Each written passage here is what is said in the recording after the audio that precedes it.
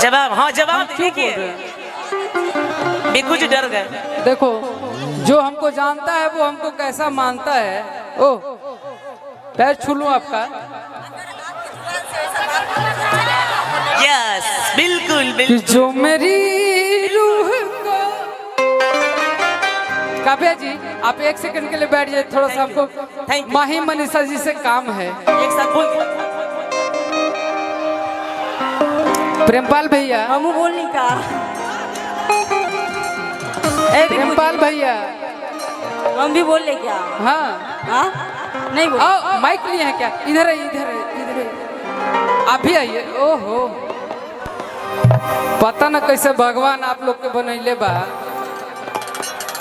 कि सांस आप लेवल तू। इतने अच्छे इंसान हैं, मैं बहुत पहले से आपको जानती हूँ। कोई भी कला और किसी को भी देख के अगर अपनी जुबान से अगर गलत बात किसी भी लड़की के बारे में बोल रहे, बहुत गंदी बात है। मैं बोलता हूँ क्या? नहीं, आप अभी बोले ना गाना में, थैंक यू।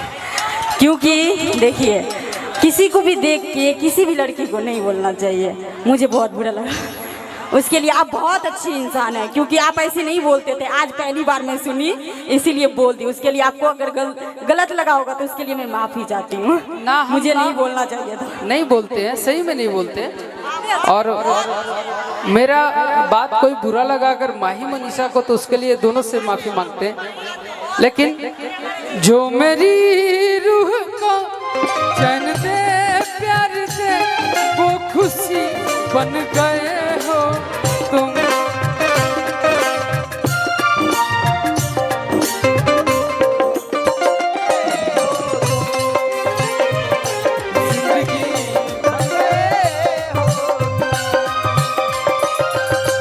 यही से तो बदनाम बने हम, कब्बो केहू के बारे में ना बोली हम।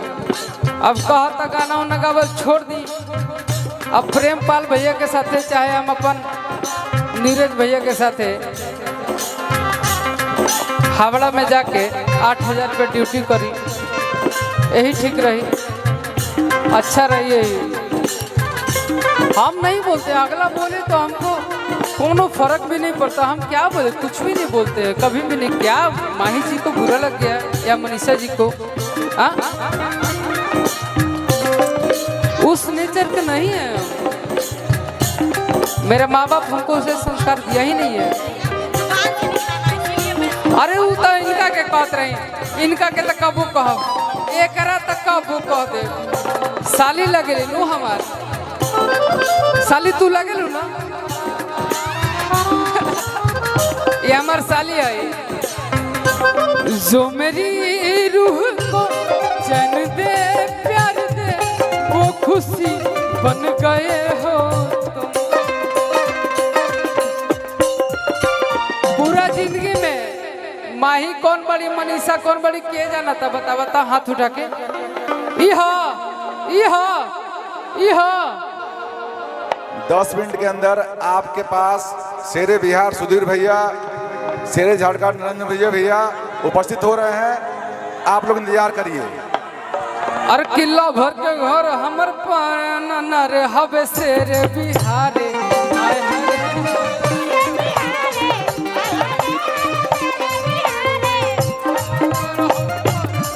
हवे शेरे बिहारे।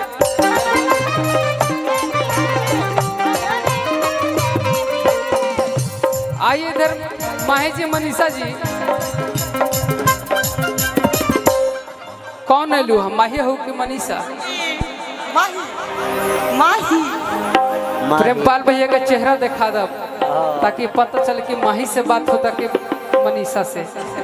माही है गाय कदी माही जुड़ा रहिए लोग। जो ही अगला कार्यक्रम करो है कलकत्ता में, हम लेके जाए अपन रिस्क पे दोनों के, खाली पहचान करावे खातिर। पते न चले कि दोनों में से के है, क्योंकि प्यार किया बदनाम हो गए,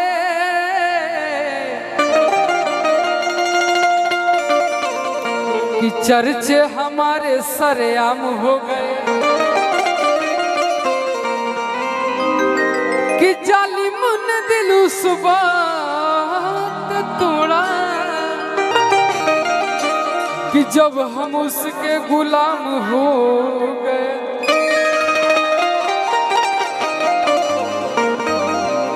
आप साली बोले ना मुझे, तो दीदी को अपना लीजिए। प्रेम भैया हमरा के एगो बात कहले कि पवन सिंह के गाना तुम गाओगे, तुमको गाना है, और जो प्रेम भैया कहेंगे वही हम करेंगे। जाना तरुका है हाँ?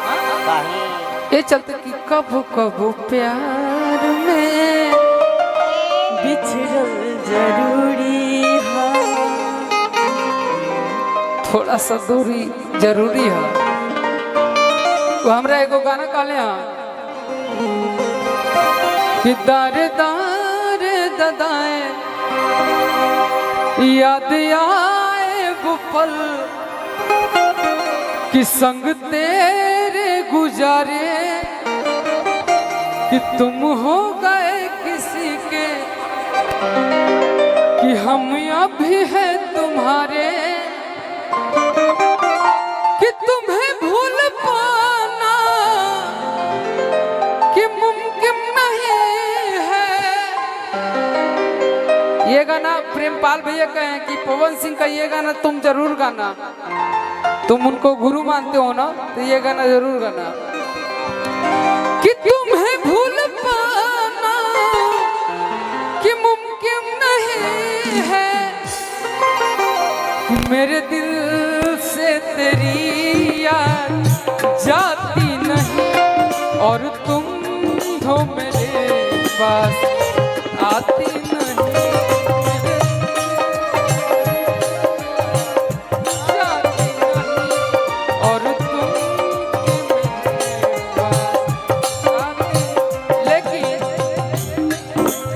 जब माही मनीषा स्टेज पे बढ़ी तो ये सबसे मजे ना आई, जब हिले के चाहिए कहे कि और कि तो छमक चलली हो छमक चलली तो काली साड़ी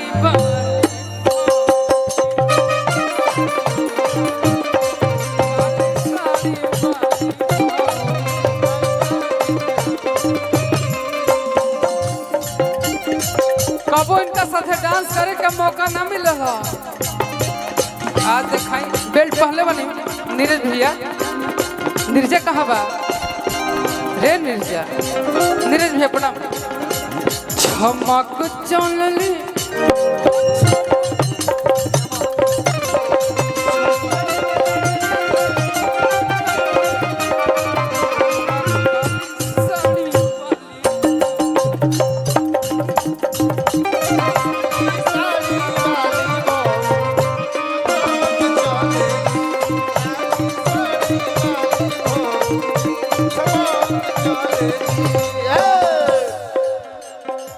लाली लाली उठा लाली लगोले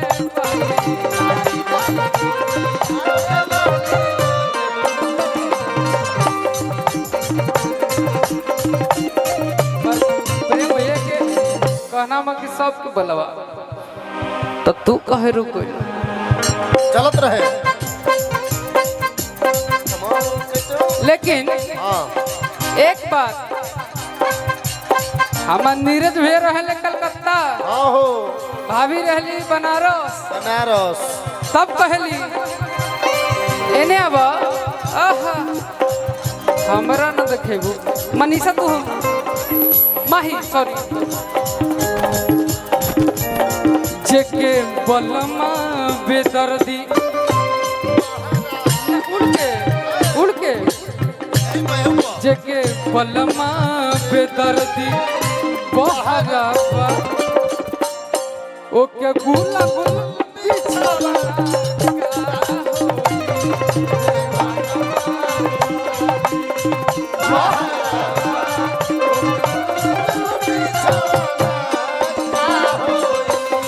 जेके बलमा बेदर्दी बहरावा ओके गुला गुला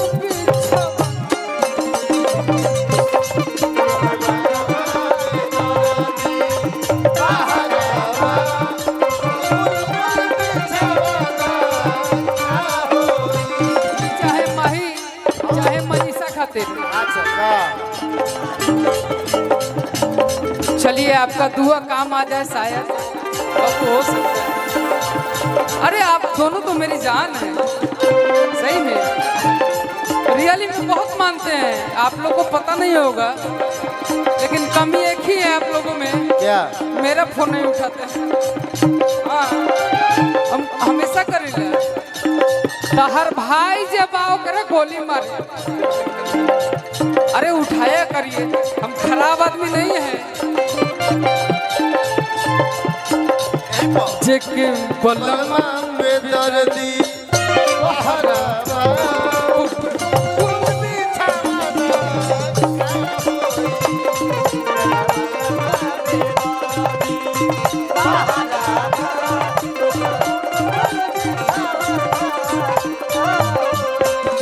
मिल झूल के कबनो न जो को बलुए ऐसे बढ़िया किस्सा सजियो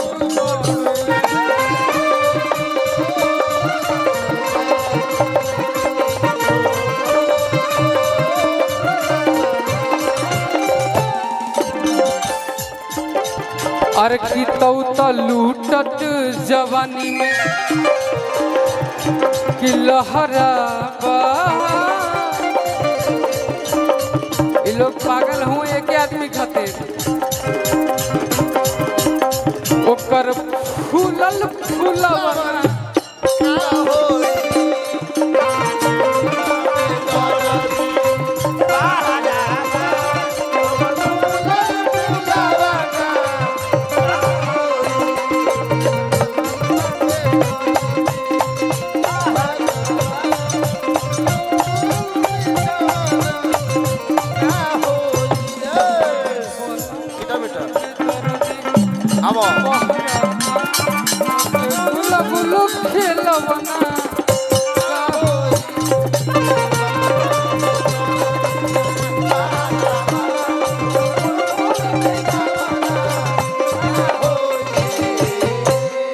जल्दी तू बजा दो।